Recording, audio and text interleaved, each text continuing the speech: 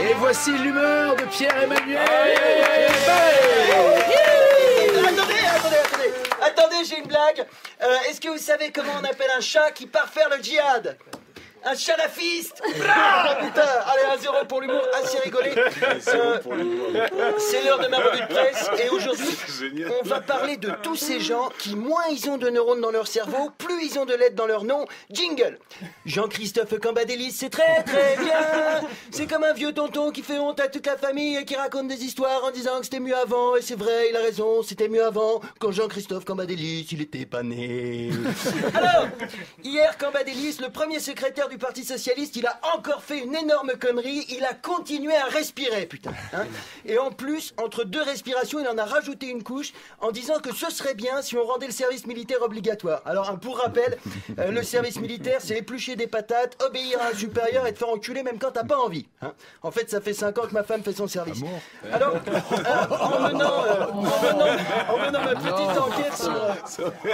petite enquête sur Cambadélis, je suis tombé sur le livre Mon grand-père était un poilu, à ne pas confondre avec Ma grand-mère était poilue, écrit lui par Daniel Morin.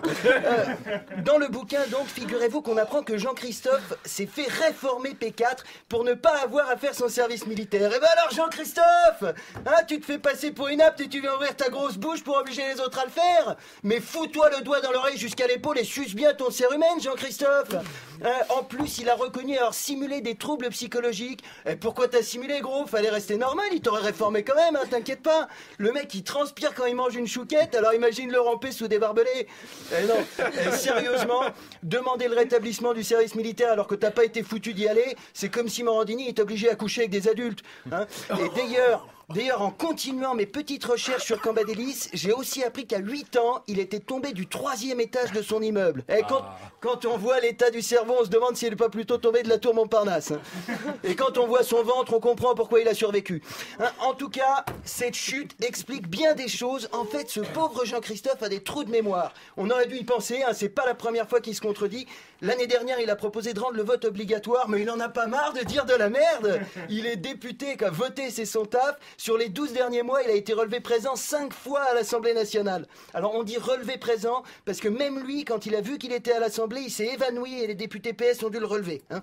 Sur les 577 députés, il n'y en a que 6 qui ont un moins bon score que lui. Tu serais pas en train de bien te foutre de notre gueule, Jean-Christophe? Ben, c'est pas parce que t'as un prénom de merde qu'il faut calquer ta vie dessus. Hein, je sais de quoi je parle, je m'appelle Pierre-Emmanuel. Il est quand même magique, Cambadélis. En 96, il est condamné à 5 mois avec sursis pour avoir bénéficié d'un emploi fictif dans la société Agos. En 2006, il est condamné à 6 mois avec sursis pour avoir bénéficié d'un emploi fictif à la mutuelle étudiante. Et maintenant, il faudrait peut-être penser à le condamner pour son emploi fictif à l'Assemblée. Hein. Même la femme de ménage, elle vient plus souvent que lui. Hein, et en même temps, c'est normal. Hein, c'est du taf, femme de ménage à l'Assemblée nationale. Faut changer les draps, changer les oreillers, frotter les taches de pipi sur les pyjamas. Mais il se fout de la gueule du monde, Cambadélis. Au service militaire, il vient pas. À ses emplois, il vient pas. À l'Assemblée nationale, il vient pas. Moi, je plains sa femme. Hein, il doit limer pendant des heures sans jamais venir.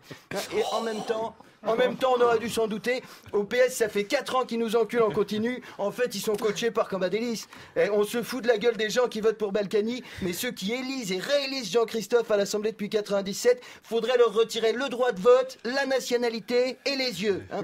Bon, alors, histoire de ne pas finir de mauvaise humeur, on se quitte quand même sur une bonne nouvelle. Hein, il paraît qu'en 2017, le Parti Socialiste va exploser. Espérons que Cambadélis sera dans les locaux. Merci de m'avoir écouté. France Inter, Nagui.